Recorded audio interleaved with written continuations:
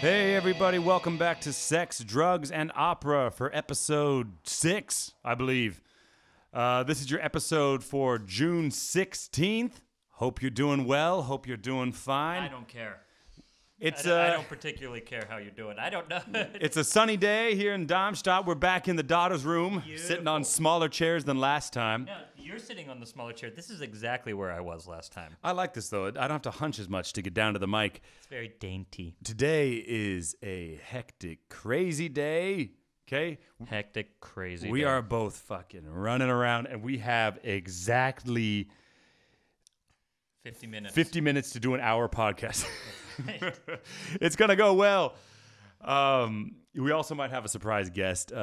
Jack's still sick, if you remember Jack from the last podcast. And But he's pretty sedated right now with Paw Patrol. yeah, with what? With Paw Patrol. Paw Patrol. Paw Patrol. Are you saying paw like... Fucking Paw Patrol. Yeah, it's Like a P-A-W. P-A-W, meaning dogs. Oh, not like grandpa, like Paw Patrol or something. That's the stupidest thing I've ever heard.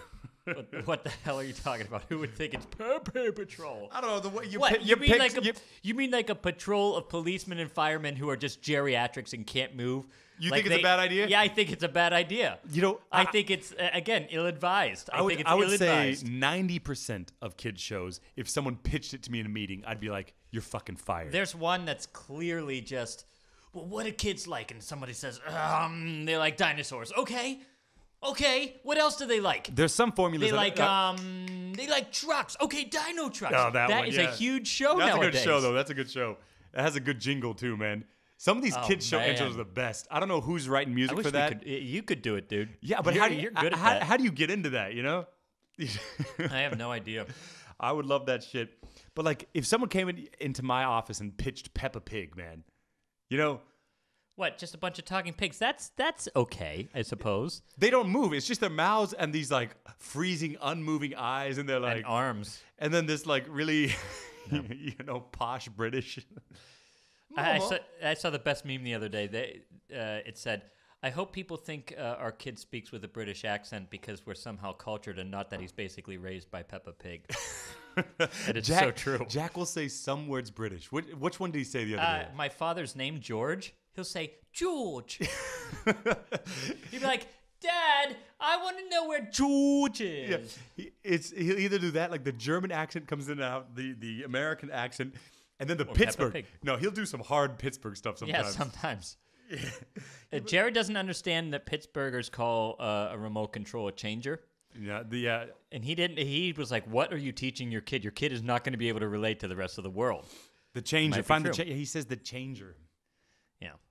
Anyway, hey, today, exciting day, exciting podcast. Yeah, I think so. You want to get the beer going? Today is a Tosca day. Yeah. My favorite opera. I think maybe Jared's favorite opera. By far my favorite opera. It's the most complete. There's not a boring second of it. We're going to talk about it because we never just sit down and vamp on one. And both of us have performed it a bunch of times, so we're going to do it. Oh, man, are you? Let's get at it. This is Peppa Pig. This is the Peppa Pills. The Peppa Pills. Peppa Pills Pilsner. I assume it's a Pilsner. No, man, I love Tosca, and I don't know. We're trying out a few different formats, and the Chaos episode, I had fun. That was a fun one, you know? The Chaos episode was good. I like Jack coming in and saying, "They're destroying Gotham City." And now we're going to talk about... I can't get this fucking bottle open. We're going to just jam on an opera, see what happens. We can talk about the show, the realities of doing it. Mike and I have both done that opera. Also, character stuff. There's a lot going on there, man. Here you go, Mike. Prost. Cheers. Danke sehr. I don't know if you guys know this if you don't live in Germany, but one of the hardest things I had to learn after moving here was when you fucking cheer somebody, you look them in the goddamn eye. They say 7 years bad sex if you don't. And I say, what's the difference? That joke never fails to get a nose laugh.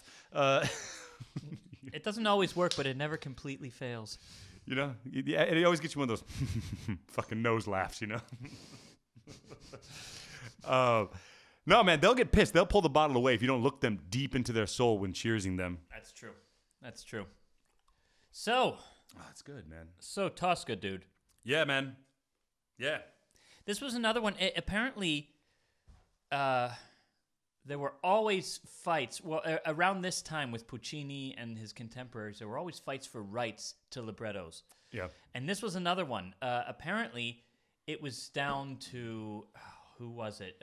Puccini. Or even for the rights of the play. Because Tosca was originally a play by Sadao or something. Yeah, something like that. Salau, is that a place in Spain? No. Sadu, something like that. Some French guy, I think. And it came down to, who was it? Verdi. Verdi wanted to write it too. How would that be? That'd be awesome, dude. Yeah, it's like, if you guys have never heard Leon Cavallo's Bohème, it's amazing. Yeah. But nobody ever does it. Right. And they could have both done it. That would have been cool. They did both do it. Verdi did a... Oh, no. You mean they both could have done this? No. Well, the story is that a third guy named Franchetti, also represented by Ricordi, the publisher, Right. got the rights to it first. Okay. And at this time, the play was a huge freaking success, but this lesser-known composer got it, so Ricordi stepped in, and after like some legal struggles and everything, they basically said, you're not doing this, Puccini's doing this. Yeah, I love hearing that stuff because we always put these composers up on a pedestal, you know, and we're like, That's right. They're gods. But they're normal people. I remember Puccini wrote a letter at some point to Ricordi and said, like, I'm busting my balls over this opera. Like, you would basically translate it as that. Like, right. A big part of this podcast is that they're normal people, man. And they were fucking normal people back then, too. That's right. I think Puccini also got busted by Ricordi for sneaking in music from his opera Edgar into Act 3. And Ricordi was like, you can't do that shit, man. What, in the Act 3 of Tosca? Yeah, because he was pressed for time to get this done because they had the premiere in, like, January, like, 1900 or something like that. Shit, dude. I don't know when the premiere was, but I remember, like, Whatever, he wouldn't be the first composer to do that. He wrote the thing in, like, a year, you know? And I think they let him keep it in because he argued for it. But I like to hear these stories of, like, how they're normal fucking people. You know what I mean? And Puccini was they decided to go on a little vacation instead of finishing the opera, so now they're all pressed for time. I mean, the day that I had today. Yeah. Puccini definitely had days running around taking kids somewhere or something. I don't. Maybe he didn't give a shit about his kids. I don't know. I didn't read that much. I want to look up. I have no idea. I'm going to look up the Tosca premiere just so people know when it is. Do you want to? You want to do that? I have it right here, probably. Do you? I'm going to look Tosca original premiere. Google. Composed 1899. That I knew. January 14th, 1900. That's right. It was originally supposed to be January 1st, but there was something strange, like some threat of terrorism or something like that. No shit. So they had to push it like a week or two later. But it was supposed to be like in the beginning. And back then, Puccini's premieres were like fucking national events, man. That was big time shit. And I think the Queen like came to the premiere of Tosca, but she walked in like after Act 1 or some shit like that. I don't know. And actually, I don't know why I'm remembering all this shit because honestly, you're just a Wikipedia after you look at Wikipedia. No, I read all that right now. No, normally I have a terrible memory. I can't remember this stuff normally, but also I think they brought the curtain up and then so many people came in late they had to like bring the curtain back down and bring it up again or something. No shit. Yeah, man, this stuff wasn't fucking perfect, you know? Yeah, but that's somehow more interesting than the way it runs today. Today, you're not allowed to go. They shut those doors, and if you're not in at the beginning, it's shut. Yeah, and back then it was like people yelling and eating ice cream and shit. That's right, getting blown in the seats. Yeah, man, that was the standard thing.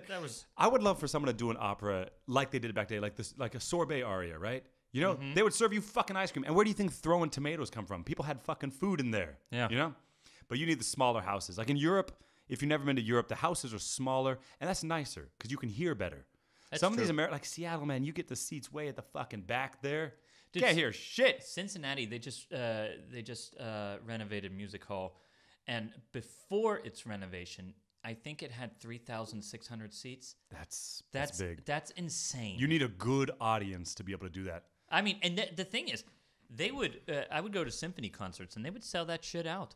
They would sell it out. 3,600 seats, no problem. You know what's funny is this is getting a little bit off topic, but I'll bring it back in a second. But the best audience I ever was a part of in my entire life in a classical size, like 3,000, 4,000 seat hall at Seattle Opera, was when they were doing the music to Final Fantasy. And you had all you had these non-classical people. Those people did not say a fucking word during the music. They were so attentive to this orchestral music, but because it was Final Fantasy music and they had this whole following, they somehow cared more about it, but nobody was there to be seen there. They were all there to hear that shit, and they were all aligned in listening. That's awesome. Hey, Tosca, man. Talking about Tosca. I think most people listening know the opera, but do you No, want... we should do a summary. We should do a summary just in case. I'll go a bit slower than we normally do, right? You've done this opera more recently than I do, so you gotta carry some of your own weight. I've done 3 or 4 different productions, too. I did it, but it was about 1.5 years, 2 years ago. So basically the opera starts, it's kind of during wartime, right? Revolution, yeah. And the first thing you see is they're in a church, and then there's Mario Cavaradossi, he comes in. No. First Angelotti comes in. No, first is it Angelotti first or is it the Sacrestano? No, Angelotti comes in. Is that the first guy you see? Yeah, that's right. Bam, bam, bam, bam. Tosca starts with no prelude, which I fucking love. Yeah, me too. Just bam, bam, bam, we're in, you know? Well, it starts with bam. No foreplay. Puccini's not a foreplay guy, okay? He just plunges in. Pants still around his ankles. Plunges in. Anyway, right. Angelotti comes in. He had just escaped from prison. Yeah. And then he decides to hide in the... and he's a revolutionary. He's fighting against the establishment there in Rome. And he gets interrupted by the sacrestano, the sacristan in the church. And he comes in, and he's the typical sort of boss buffo comic guy. relief. Yeah. And then the sacrestano is getting some stuff ready for Mario Cavaradossi, who comes in and starts painting. He's painting He's like a commissioned painter or something. That is a commissioned painter in the church. Yeah, church. That's what it's called, church. And so he starts singing. He sings about the person he's painting, who actually turns out later to be sort of a conspirator because they hide the things in that family's little chapel for Angelotti and everything for his escape. And so he sings, and then Tosca comes in, and Tosca is jealous as shit. She's the most jealous person of all time. She gets jealous of a painting. Yeah. Of a fucking painting. Because the painting is of, like, half her and then half Angelotti's sister, right? The guys, it's like, and I think one thing the sacristan says, like, maybe you should make that a bit more like your girlfriend, man, and not like this random chick that you see at church, you know? He's like, fuck that. She doesn't own me. She doesn't own me, man. I'm painting my dream woman, which is half my girlfriend and half somebody else. She basically does own him, though. Basically does. Anyway, then the sacristan leaves, and then Angelotti comes out, and they find out, okay, yeah, we're conspiring together, blah, blah, blah, blah, blah. They rehash some stuff. And then Tosca comes in, so Angelotti has to hide again, and that's when she gets all pissy about the painting and everything. When after Cavaradossi calms him down and says, I'll meet you at the villa later, Angelotti comes out, and they continue to figure out what's going to go on, and boom, they hear the cannon. They hear the cannon from the Casa Sant'Angelo. Because Scarpia's coming. Because he's coming! Yeah, so then they fuck off, right? Yeah. And then Scarpia busts in. No. Then the sacristan comes out, and they're going to celebrate because Napoleon was defeated at some battle on the border. Right.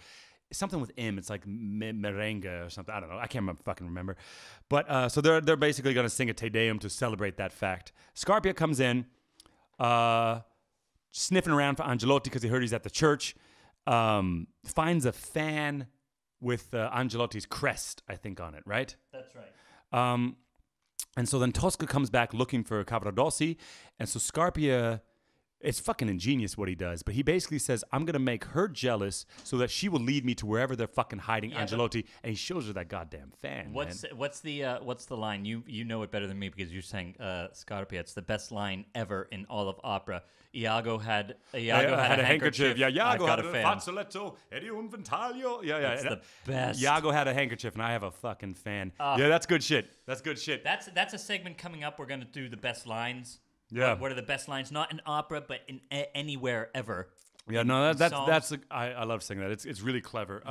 He has the best lines in all of opera. There's another one when we get to it. Oh, I can't wait. No, he has some great shit. So he comes in. He makes her jealous, right? Successfully, she runs off, and he sends some of his sidekicks. Some of his goons. I don't know what the fuck you call.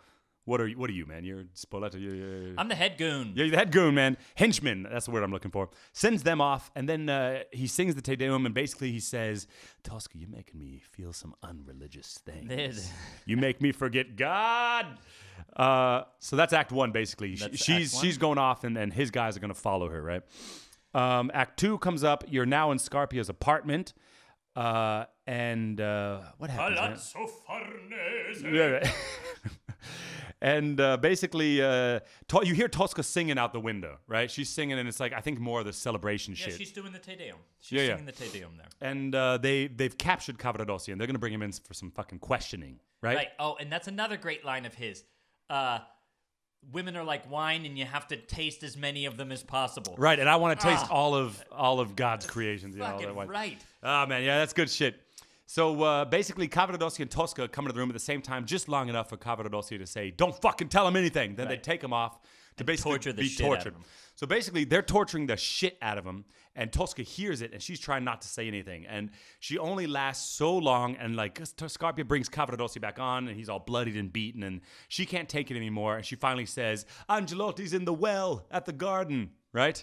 That's right. And so then Cavaradossi comes back out, and they have a sweet moment, and Cavaradossi's like, "Did you talk?" And she's like, "Of course She's not." like, "I'm not calling." I say, then who say, you get sent, right? Spalletta gets sent, right? Say it. Come on, do it. What is it, man? It's been 2 years. Del Pozzo del Giardino va Spalletta. Yeah, you gotta do the Milnes, man. Spalletta. you gotta do some sort of just yelling on the note. And I just fucking pull Then out you and fucking run. get the fuck out of there, and they get pissed. Big blah blah blah. Okay, and then so then basically Cavaradossi gets sent off to his execution. No, wait. Then the whole thing comes that Napoleon actually did win. Oh yeah, they bust and in. then you got the Vittoria. Yeah, like Melas, which was the head of the head of the Austrian army, I think, right, gets yeah. defeated. And this is real history. This is not in the story. This shit really happened, I believe. Which is why we should probably know the names a little better. Well, if I was doing this opera the moment, I would study up. We had some time to prepare for this had show. we not just fucking talked on the phone 10 minutes ago and said, "You want to talk about Tosca?" Yeah, let's do it. Oh, okay. Anyway, so then, Melas. And then this is the part of the opera I never understood. Is Cavaradossi stands up and he does this whole Vittoria thing. But I think in the play, the lovers were French, which made sense because Napoleon was French and blah, blah, blah. But in the opera, they're Italian. So they kind of make it about like your reign of terror is over, Scarpia. And that's what the Vittoria is about. But yeah, because the revolution, Napoleon's revolution would be coming to Rome as well. Yeah. That's why. Yeah. And then he wouldn't be in charge anymore. Yeah, but I mean, in the play, I think it was more about France. Egal. Yeah, who gives it doesn't. a fuck? I said egal. Talk That about means I don't give a shit. Okay, so then Cavaradossi gets sent off to his execution, and then Scarpia basically says to Tosca, "You can save him. You can save him, but you're gonna have to fuck me." Right, which is fucked up, man. You're a fucked up guy. This is the thing is Tosca is fucking the most relevant opera because this is as Me Too as it gets. No, this is as Me Too as it gets. No, it's fucked up what he does. So basically, she says okay, and he writes a letter giving them safe passage away. Tells Spalletta, "Hey, we're gonna fake the execution, just like we did with Palermi or whatever the fuck his name is." So then I write the letter and I say, "Okay, Tosca, it's time. Finalmente mia!" And then she stabs me in the gut, man. Boom! Scarpia gets stabbed and fucking dies. And then that's Act 2. That's right. Then we're into Act 3. Cavaradossi. Oh, wait. What? Sorry, the line. I got to do it. Which one? When he goes after her, she says, "You make me sick," and he says, "Spasi mi dira, spasi mi d'amore." Yeah. You can quiver in hate or love. I don't give a fuck as long as you quiver. Yeah. Oh, this guy's such a badass. He's ridiculous. He's not a badass in a good way. No, but he's fucking evil. he's evil as shit. You know, in that real like serial Rapey killer way. Yeah, like it's all about power for him. You know, the that's thing that up. I people's I can comment on this just because he's my character. Right. People look at Spalletta as just sort of a throwaway character, but the thing is, Scarpia has done this how many times? Yeah. He has taken advantage of women in this way probably hundreds of times. Yeah. He's like the Don Giovanni. I mean, he really has practiced this stuff. And I'm the Leporello then. I'm the guy But who, like in a dark, in upside a really down, dark way. Stranger Things way. Yeah, you know? because if they don't... So if Scarpia isn't able to convince him to have sex, I'm basically the guy who orders people to hold her down, and I sit there and watch with an evil grin on my face. That's a fucked up guy. Yeah, I want to get into that. Let's get through the rest of this thing because this is a long summary, but we're gonna talk a lot about it, so I want to get into it. Okay, so then Act 3 happens. Cavaradossi writes one final letter to Tosca. That's the big aria. You know, I fucking love you. You know, by the way, Puccini, that really doesn't exist in the play. And the librettist, I can't remember what his name is Ili Malala, whatever his name is. He wanted this long farewell, and Eluce van Lestelle is a compromise. Yeah. That's why it's so short. That's why it's such a short and sweet aria, which actually is so effective. Yeah. I mean, that's the thing is people when things get too long-winded in opera, that's oftentimes when people shut down, people who aren't really interested in it, and that aria is just right. And it's perfect because actually my only criticism of Tosca, it's almost a perfect opera, is the beginning of Act 3 is a little too long. No way, dude. Much like this summary. No, let's push through, man. I want to finish this thing. The shepherd boy in like original Greek or Roman or whatever. All right, anyway, so Lydian, dude. So he writes he writes a letter to her. Tosca comes. I love you. I killed Scarpia, but he gave us a note. We're gonna get the fuck out of here. And listen, like, when you get executed, you gotta play dead. Okay, they're gonna shoot you, but it has to look real. Okay, so they line up for the execution, and she says, "Oh, Mario, you're such a good actor." The fire squad shoots off, and he fell so beautifully. And then they leave. The dust clears, and his body's lying there. And she goes, "Mario, you can get up now, Mario." And then you hear someone, what do you say, man? You say something. Wait, Scarpia. Landonia Tosca. How's it go? It doesn't fucking matter. So then she runs up to the edge and she goes, we'll be, Scarpia and I will be judged before God. And then she jumps and she splats and it's over. She dies. And by the way, something we forgot to explain, and this is really important. Whenever she agreed to have sex with Scarpia so that he saves Cavaradossi, she says, you got to let him go right away. He's like, I can't do that. I can't show mercy. I can't show mercy so openly. And this is actually really important. Yeah. He says, so he has to, I need to get closer to this mic, dude. So he said, we have to pretend to kill him, okay? Right. So he has, we'll shoot, and he won't get shot, but he has to pretend to die so that people see that I'm not merciful. That way I don't lose my power. And then when he brings Spoletta around and he says, "Si come Palmieri." Right. Palmieri. She thinks that this is another one of these mock executions. Right. He probably did this thing exact many times before. Last fucking week. He said, "I'll save him," and he doesn't because Scarpia doesn't give a fuck.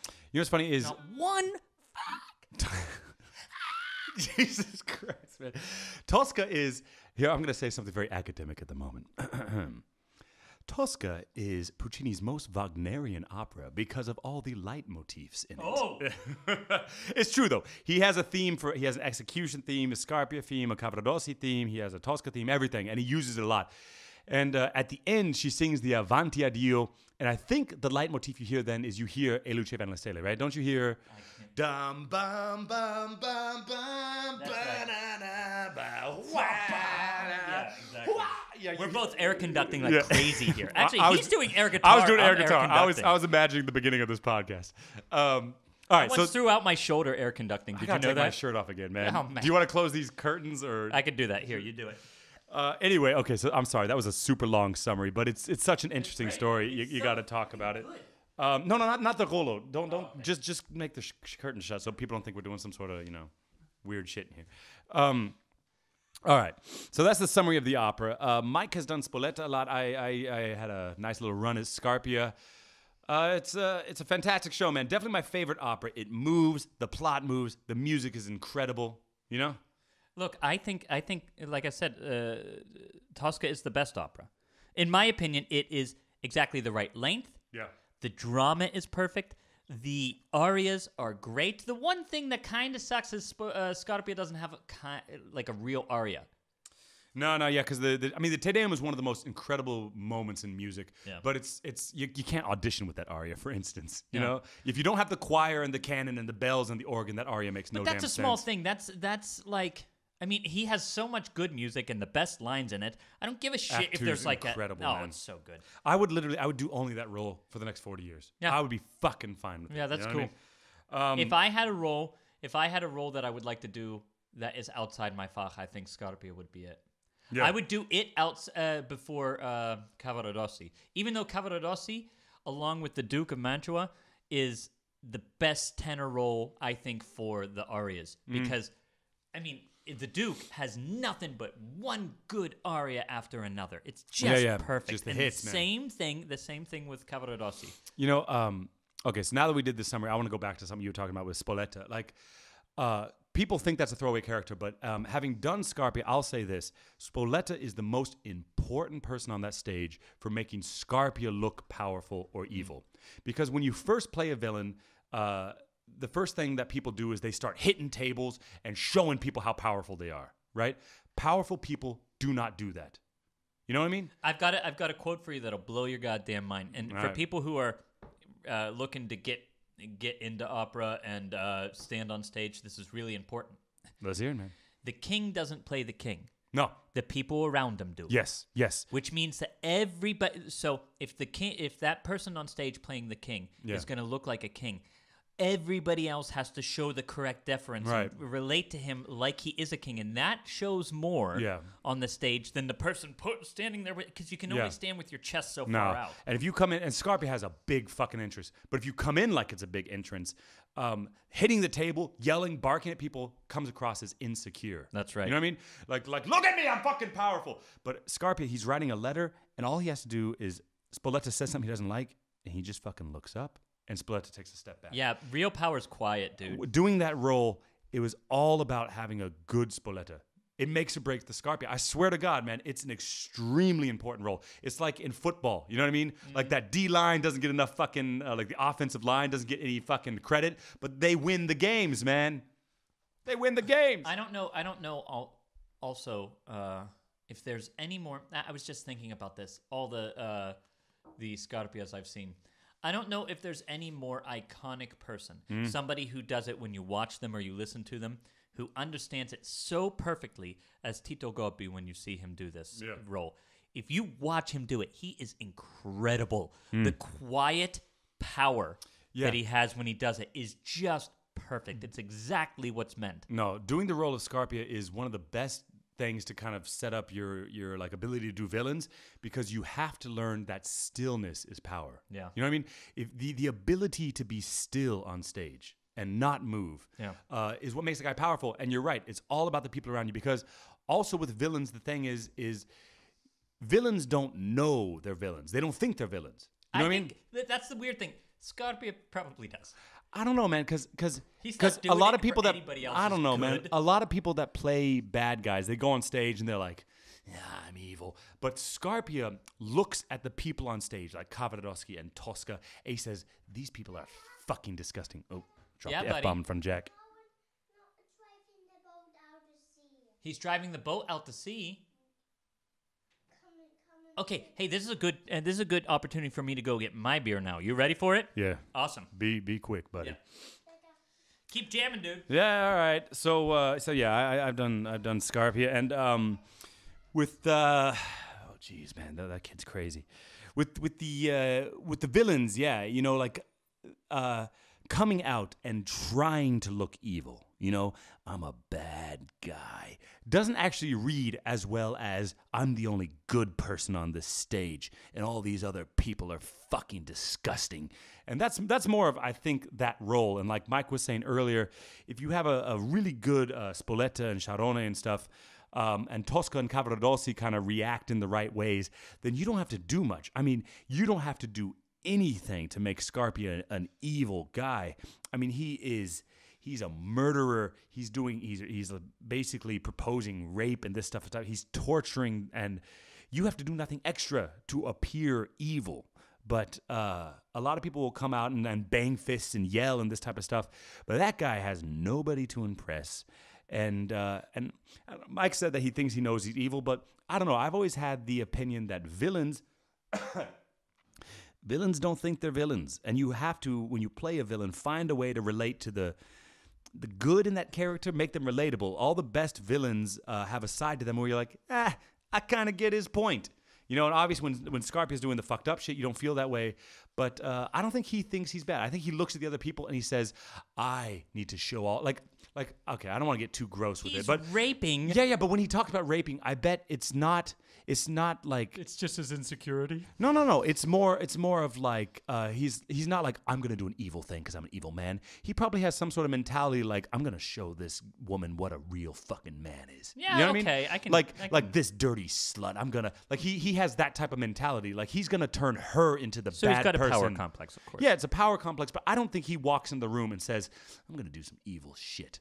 Yeah, maybe I think, not. Because it's such a fine line. But when you look at someone, you're like, you are the fucking evil person. Somehow it makes you look evil. But when you come out on stage and you're like, I'm the bad guy, then Look, it doesn't honestly, read. the thing is, this is a topic that I actually have been interested in for a long time, and nobody likes to hear it. Nobody likes to hear this, but I'll tell you I something. want to hear it. Lay it on me. People forget sometimes that somebody like Hitler Yeah. had a dog that he would sit down and just play with. Yeah. Did things that were complete, like 100% relatable. Told jokes. Yeah. Sat down, had beer with people. He was an evil fucking monster, Right. but he was still human. Yeah. And Yeah, people yeah. forget that. And that's- when you recognize that stuff, it makes it really uncomfortable to No. recognize that you have things in common with such a monster. And the best villains in theater, in Hollywood or anything, they have to have a human side to them. Yeah. I mean, I don't know if I've ever seen a villain that just is evil and pure fucking evil the whole time. Is there anyone like that? You have mine? You can't relate to a Yes. single fucking thing they're doing. Just even the Joker and Batman. You maybe kind of maybe get his Hannibal point. Lecter. I gotta think back on He's that. pretty. Hannibal Lecter. He's pretty fucking evil, dude. Yeah. But he's still human. He's still. I think he has moments where you smile. You know, you're like, hey, he's a nice guy. Let me finish this thought with the Hitler thing, because my thought was how because sometimes people think that art has to only be comfortable and enjoyable, right? And my whole thought was, what if somebody did an opera where they showed the last moments in Hitler's bunker and showed Hitler and Eva Braun being intimate towards one, like not intimate like sex, but yeah. being intimate with each other. Now, what's interesting to me about that situation is you might be able to do it in a way that feels like you maybe relate to him, and then you have to confront the fact, oh my God, this is this hideous monster. Yeah. Also, which that conflict, those two things together, that conflict, feeling not sympathy, but Empathy or what? yeah, that you understand the situation he's in, Right. and you recognize he's a monster. That's got to be super powerful, dude. Yeah, I mean, That's got to be really powerful. I agree. I'd love to see it, but whoever wrote that would have to be like, I'm not selling tickets. I'm just putting some art out into Right. the world. You know? I mean, yeah, like I said, it's fucked up. But look, it is the absolute truth. People who do fucked up things. I don't know if you've ever seen it, but watch an interview with Jeffrey Dahmer. Yeah. He sometimes speaks like you're like, there's no way this guy did this. Yeah. And sometimes he speaks and you're like, holy shit, that guy definitely ate people. Yeah. He definitely Yeah. ate people. But I don't know. I mean, like, I think you're not into Marvel movies, but the new Avenger movie I just saw, right? I'm not gonna do any spoilers, so don't worry. Yeah, don't spoil. But the bad guy, basically, his whole thing is there's too many fucking people in the universe, you know, and we got to get rid of half of them. That's like his soul, and he's an evil fucking guy. But at one point, you're you're right. There are a lot of people. Yeah, that's what I mean. At one point, you're kind of like, all right, the way he's doing it's not cool, but I kind of get his point. Right. And I think those villains are always the most interesting. Like, even the Joker and shit, it's like, the shit he's doing is wrong, but you're like, hey, he's addressing an important issue. You know? Like, Yeah.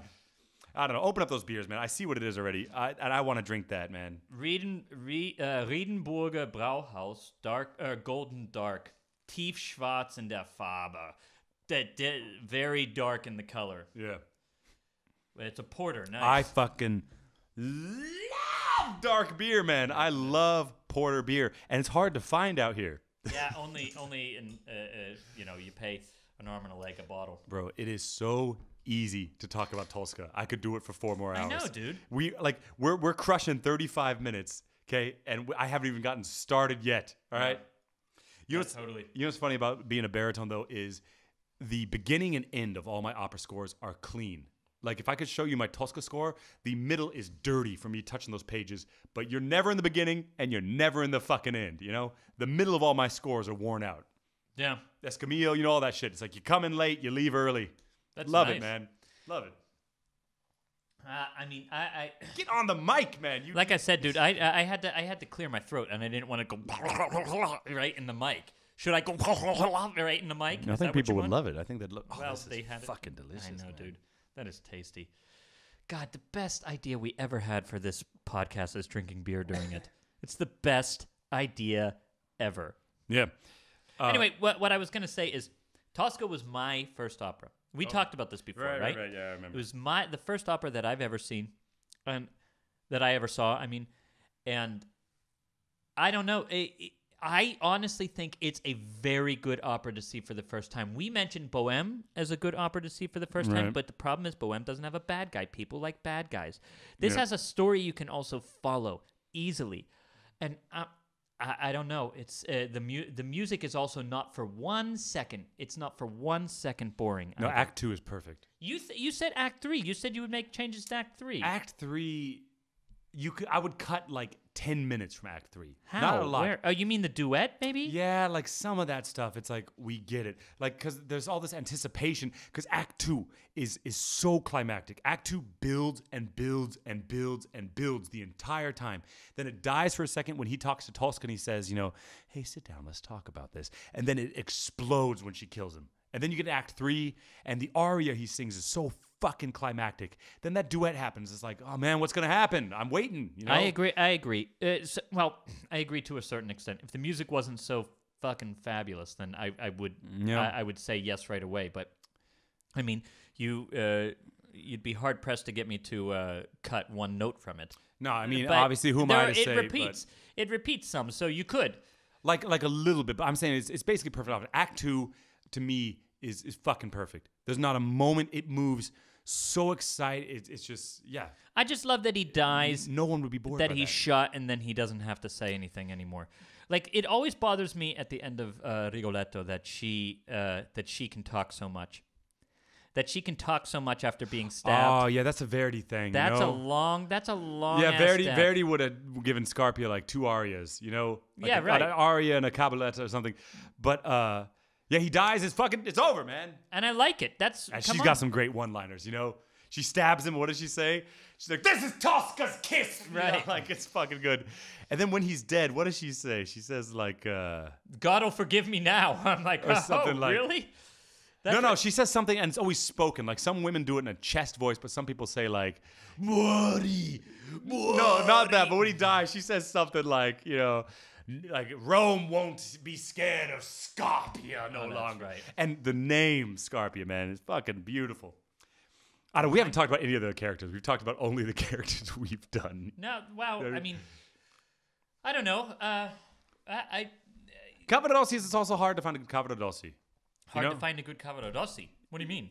Well, because you know you have to have a lot of depth. You know, you got to have this playfulness where you can kind of handle a jealous diva woman like Tosca, but then also you got to stand up to Scarpia and scream Vittoria. The thing and is, it's hard to find someone that can do both. I'm not sure. So you can get away with not having a person who really explores the depths of Cavaradossi. You can get away with that. As long as I can sing, you mean, or what? If you have if you find some Italian tenor who's going to stand up there and just deliver those arias perfectly, and then like do this hacking, with getting that perfect up right tenor before, belly, right? Right, with the perfect tenor belly, and then he gets up and he does this ridiculous like stagger around and laugh before the Vittoria. Yeah. I mean, honestly, that scene. The type of guy that's going to clear his throat before he sings. Right, exactly. If you have that, that's perfectly fine. Yeah. It's perfectly fine. I would like to see somebody get into it. Yeah. I would really like to see somebody, you know,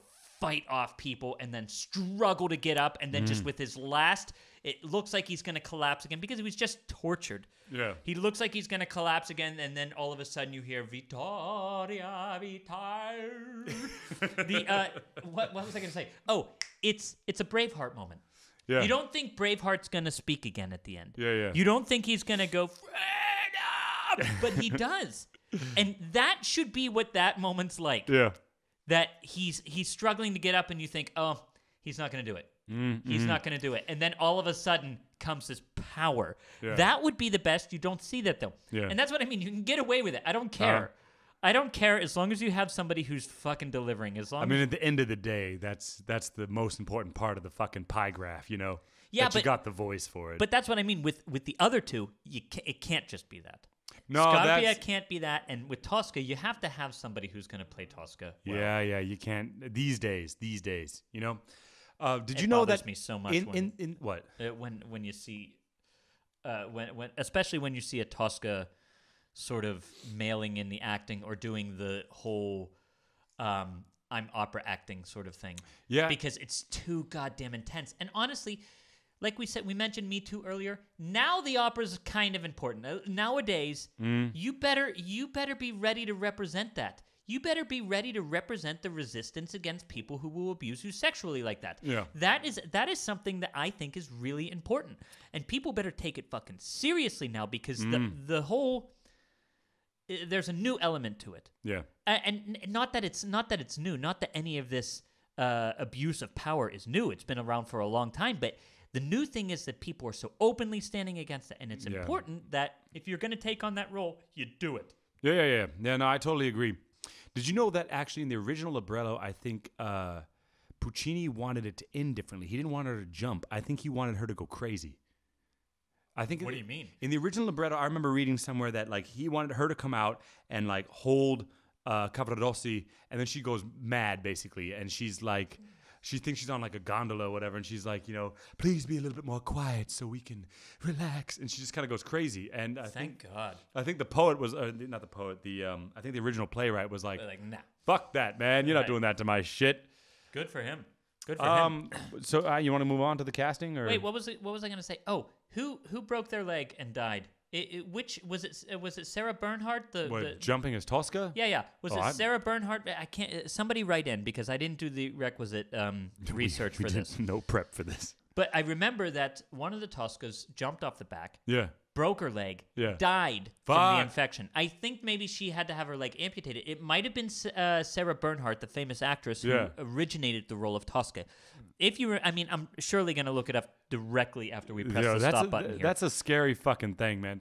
The Tosca I did, we had this Russian soprano. She was like, she would drink hot beer every night, right? She would put dark beer in a water cooker. Yeah, and she would boil it and drink it. Dude, that is fucking Russian as hell. No, Russians I love them, man. They do that shit. Stuff. And they swear by it. And she's not the only one. I've met people. Hot beer? I've heard it before. Yeah. Hot anyway, one night, crazy. We had her jump and the smoke came out, and she would jump about 2 meters onto like basically a mattress, right? 2 meters? Yeah, it was a big jump, That's right? That's fucking high. Yeah, it was high.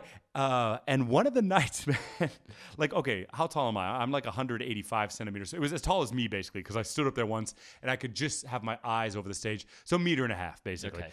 But she jumped one night at the end of the show, and I just heard she's Avanti addio, and I heard this just fucking slam, because the tech guys forgot to put the mattress out there. Yeah, man. And she was fucking fine. She was Lawsuit, dude. Yeah, but she wasn't that type of singer. She was like, oh, it's no problem. Like, I fucking loved her for that. But, I broke set. Fix that. Sometimes there's mattress, sometimes there's no mattress. All right, we're going to stop with the Russian accent. All right. No, I can't. Wait, what? What, you have something else you want to do? In Mother Russia, set breaks you.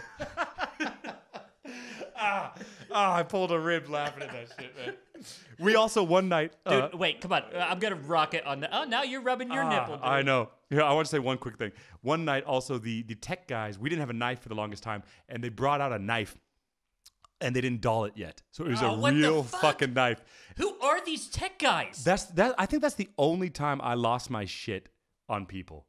I as soon as I see, because she turned around that knife, and I wish someone would have videotaped it, because the fear I had was fucking real. Because we did the classic like knife goes inside you, and she shouldn't have done it, but she did it slowly, but that real knife came next to me. You know what I mean? That is absolute. Look, seriously, and I should have stopped it, but afterwards I flipped out on the tech people. All right, you ready to get into the casting? Yeah, let's go. I'll do the music. That gives you a couple seconds to do your thing. All right, here we go, Hollywood.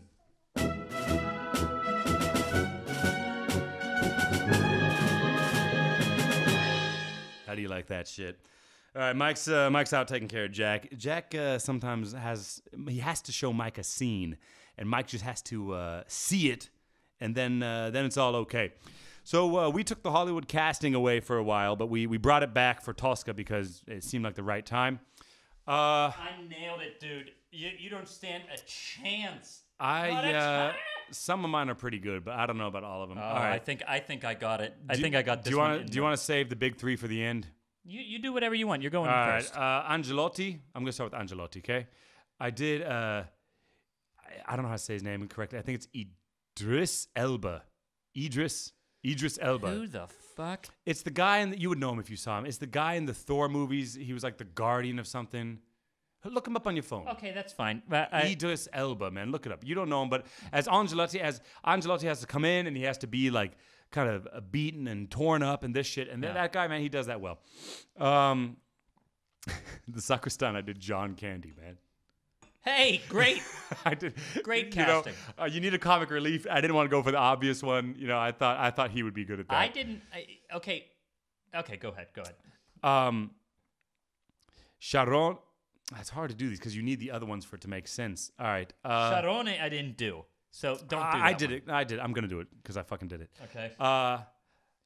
Look, okay, I'm going to just do the other ones first. The Jailer. Okay. You did the Jailer? I did everybody because last time you did the two armored men and shit. The Jailer. The Jailer, I did did the Jailer. J.K. Simmons. You know who that is? He's the guy in Spider-Man that's like, get me pictures of Spider-Man. Fuck you, dude. I'm going to make the biggest star of the Jailer. Right. Shepherd Boy. You did not do the Shepherd Boy. I did Noah Schnapp he's Will from Stranger Things. Get away from me. All right, look, let's get into it. All right, I'm going to do Scarpia because you need him to know who the henchmen are. Scarpia, I did Kevin Spacey. Okay. Because I don't like, Well, you went for a real Me Too subject, too. Well, I also, because I thought about doing the Tyrion Lannister guy. Because he fucking looks He's awesome. He looks the part. But Kevin Spacey, Scarpia, like I said earlier, he can't just be like evil. Like he has to be manipulative. Yeah, totally. And man, Kevin Spacey, House of Cards, you know what I mean? Yeah. He's evil as shit in that show. That's right. And he uses his power, not his like physical power, but his position to control people. So for Spalletta, you need someone who basically aspires to be him, but is not there yet. Okay. And I did Gary Oldman, man. I think Gary Oldman. Solid. Because you need someone who's evil, but also manipulative. For Sharone, I did Willem Dafoe. Because for Sharone, you just need someone who looks like they could fucking torture somebody. Because he's a very small role. Willem Dafoe, but he's good. the one that fucking whips, and cuts. All right, here it is. Tosca. Ready for this shit? Whitney Houston.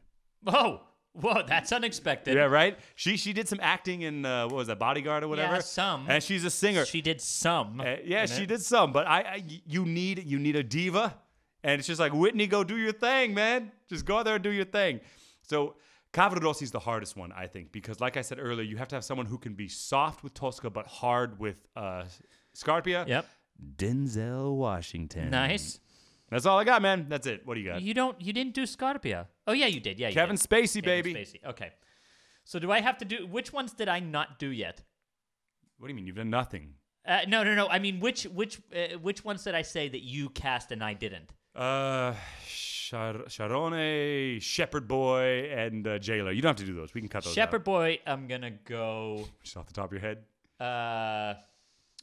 Oh man, I don't know. I don't fucking know. That's don't do them, man. I won't include. All them. right, great. Or send me something later. I'm going with the Sacrostano. I went big. I went real big. Okay. An old man. Yeah. Old man needs to be able to have the timing exactly right. You need a pro. Yeah. Timing's Sir huge. Ian McKellen. Whoa. Sir Ian McKellen will tear that shit apart. All right, that's a good one. Angelotti, get this. Yeah. Willem Dafoe. I thought Willem Dafoe for that. A guy who's been in prison and has sacrificed he's got the face for a revolutionary. Yeah, that face is 1 in a million. Okay, I'll go again with Scarpia first and then Spalletta. Okay. Scarpia is Jack Nicholson. That's good. Fucking Jack Nicholson. That's you don't good. have a person who can embody that.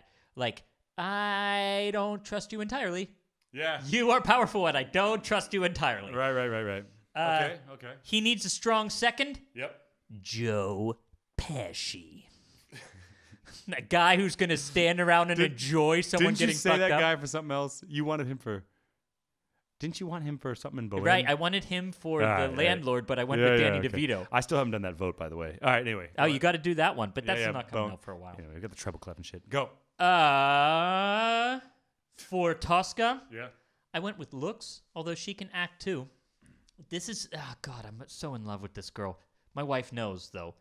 My wife knows. My wife is in love with Leonardo DiCaprio, and I'm in love with Catherine Zeta-Jones. You brought her back. Catherine Zeta-Jones. All right, what, man. did I cast her before? Well, who did you cast as in the Magic Flute? No, not Catherine Zeta-Jones. Who did you do? You said I remember you said the woman who helped me discover my sexuality. Oh, that was Michelle Pfeiffer. Pfeiffer. Yeah. No. Yeah, you got a couple. This is mature. This is mature lust and and love for Catherine Zeta-Jones. She's gorgeous, absolutely gorgeous. But that's my wife a good knows list. the people. My That's wife, a good no, list. Cavaradossi. Oh, Cavaradossi. Yeah. You got to have someone to go, like you said. Shows her the tenderness, stands up to him. Right. Mr. Brad Pitt. Woo. Brad Pitt.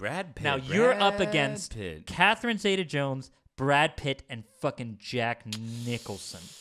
I like my odds. I do not like your odds, dude.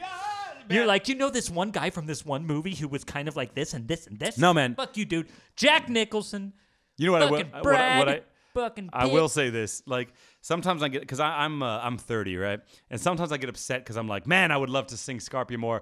Why won't people hire me to sing Scarpia? But then I do the casting. I would not fucking consider anybody under the age of 45 for that role. You know what I mean? Yeah. You know, and sometimes you see an old Scarpia, and I think that doesn't work too, but it still works better than a young Scarpia. You could have a 75-year-old Scarpia work better than a 30-year-old Scarpia. The more he has a chance to rape, the more time there is to rape, the better. He's got to, because it takes a while to rise to that rank. And if you're too young, you're going to look like a rich asshole, which is a different type of villain. You know what I mean? Right. That's a different the daddy's type of boy. villain. And so I totally get it, man. I'm losing my hair. Give me 5 or 6 more years. I'm going to be fucking looking the part, all right? Your hair will be ripe for it. I tell you, if you're singing these baritone villain roles, you got to lose that hair. Do you want to, you want to wrap it up? No. We can keep going a little bit. I have to be there in 15 minutes. All right, Mike's got a termine he's got to get to. You just say when you want to cut it off, man. This is already long enough. Well, let's go and... you want to tip it up or what? let's tip it up. Okay, I got to be honest, Mike. We had to throw this one together. Like I said, I got a gig in Berlin I'm doing for a couple weeks. Mike's got some performing he's doing. Then Mike's visiting his family back in Pittsburgh. I'm going out to California to visit my family. So we had to pre-record some of these because we're going to be gone, but we want you guys to get your fix. And I did not prepare just the tip, but I have a list saved up. So here, Mike, why don't you pick one of those, huh? These are questions people sent in. Pick your favorite and we'll do it. What do you think, buddy? Let's do this one. Choosing the correct university or young artist program. So oh shit, I didn't do the music, man. I'm sorry, everybody. Just the Mike, tip. you ready to do your improv? Oh, that's it. Yeah. Just the tip, love. Jesus Christ. I love it. See, you can do it. Oh, I got it today, man. I warmed up on the way. Okay, choosing the correct young artist program. Look, I mean... Yeah, but sorry, the question is tips for choosing the correct university or young artist program. Well, the problem is most of the time they chose you. Knowing where to apply, knowing where to put your energies is good because most of the time, if you're like the vast majority of people, you're going to apply to a lot more than you'll get accepted to. Yeah. So... excuse me, everybody. You got to go have some lessons with teachers, but... So I once got to spend some time with she used to be the principal flautist for the New York Philharmonic named Jeannie Baxtresser. Jeannie what? Baxtresser. Baxstr. Baxtresser is what. Baxtresser. Okay. Anyway, she said, make sure you don't go in there with the attitude that you're auditioning them. Because it's true. You have to remember that those people... They know more than you. The people who are there teaching, they know more than you. So you have to go in with the feeling, I'm trying to learn as much as possible, and then gauge how much you learn. Yeah. Not audition them because they're better than you right now. Right. They're fucking better than you, objectively. Yeah, it's great advice. I would say if I could go back and do it again, I followed teachers. I went to 3 universities. I did a bachelor's, a master's, and an artist diploma. And every time I said, I want the best vocal training possible. But I did not focus enough on names. And in America, there's kind of this thing where it's like, you're 18, you go to school. You finish your bachelor's, you go to your master's. You finish your master's, you go to your artist diploma. But in Germany, man, they'll finish their master's. Musicians, too, from the Hochschule, you know, they'll finish it like a master's at 28, 29. I was 22 when I got my master's. How old were you? Oh, 25 or so. That's better. That's better. I was 22, man, because I did 18, 4 years, then master's 2 years, basically, and I was out. Well, I think I finished high school at 17. I went in early. But the point is it matters what kind of career you have, what you want to do. If you want to sing in Europe, I would seriously consider studying in Germany, because the trend now is the young artist programs in Germany are almost non-existent. They've almost all partnered with the Hochschule. In Stuttgart, I know it's that way. In Frankfurt, it's that way. Hell, we do it in Darmstadt also. In many places, they don't do a young artist program anymore. They just go from the Hochschule because you don't have to pay them. There's blah, blah, blah. There's lots of reasons for it.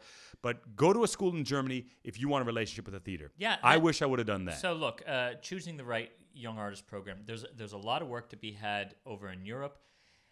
It gives you something new. Plus, this is not to be undervalued. It's free. It's freaking I free. think it's technically like $500 a semester. No, but that's it's basically free. It's free for everybody. No, it's not free, man. Free, dude. In Germany there are no it's free a lot of places. And I think there's a new law about that. I think maybe since like a year ago it's maybe free. But even if it's not, the most I've ever heard is like $500 a semester, which by American standards is free. It's free. It's absolutely free. That's like $1,000 a year, right? And it's good training, man. There's good training. If you also the young artist programs here seem to be really. I know lots of people in America. Not to get down on the young artist programs in America. You get top world class training, But I see so many people.